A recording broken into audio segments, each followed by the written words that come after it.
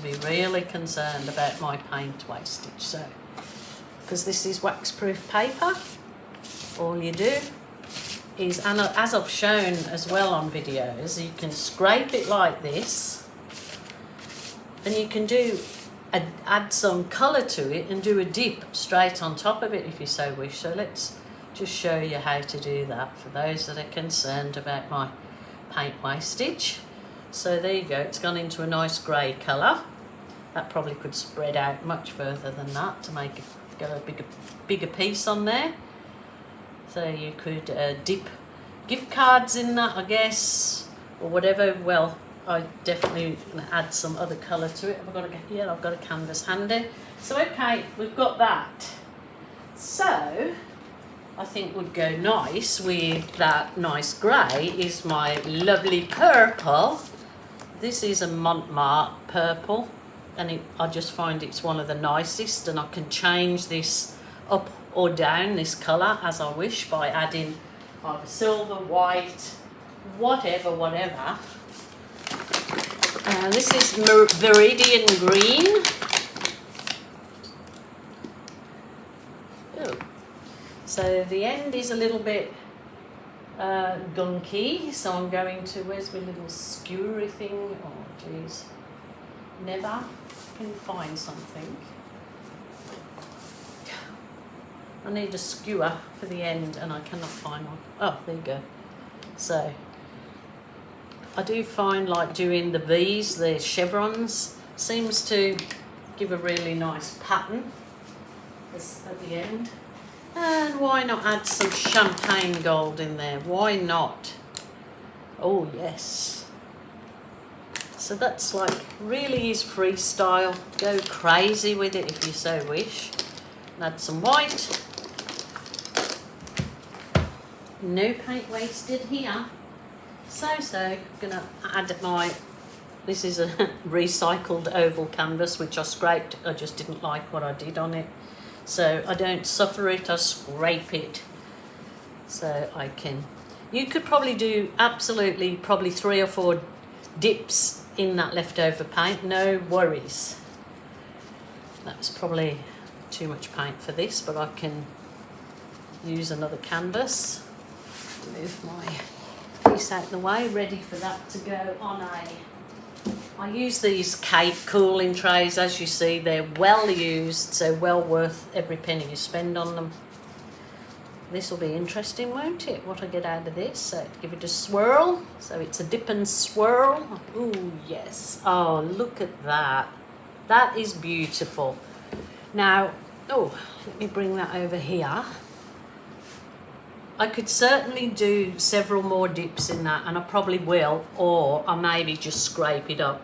But what I've been doing of late with my dips is going that extra further, and adding some different techniques to make it like, I mean, that kind of looks like a Monet, so I'm going to go just a few blown flowers in it. So you just add in just a little bit more. I'm just going to keep it kind of over this way. So that was my nice purple and my champagne gold. Ooh. And then I think I will need a bit of a dark colour in the centre to blow out, so I'll use a bit of black.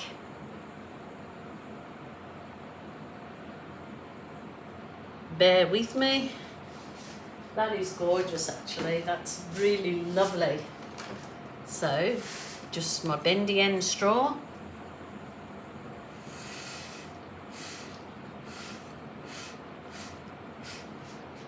Bear with me, that's going to be beautiful in a second or two. So I'll just give it a balloon kiss. Deflated balloon. Somebody asked me, how do you deflate your balloons? I don't. I blow them up and over 2 days they go right down. So I use them this size when I want a bigger balloon kiss. They go down, or you just blow them up, normal size balloons blown up, you know, with less air in. That's lovely. Let's go for this one.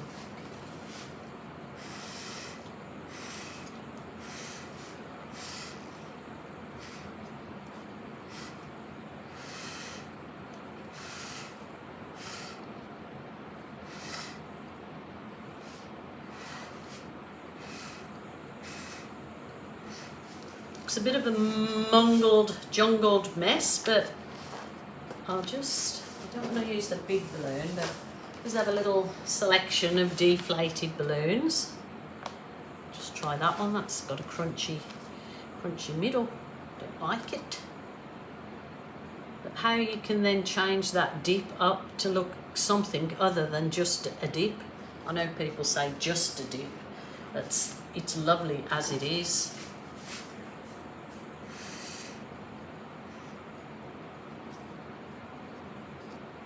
I think that's lovely. I might allow the paint to just dry off a little bit further and then just go in and kiss the centre again if you so wish, or add a little bit more paint if you don't.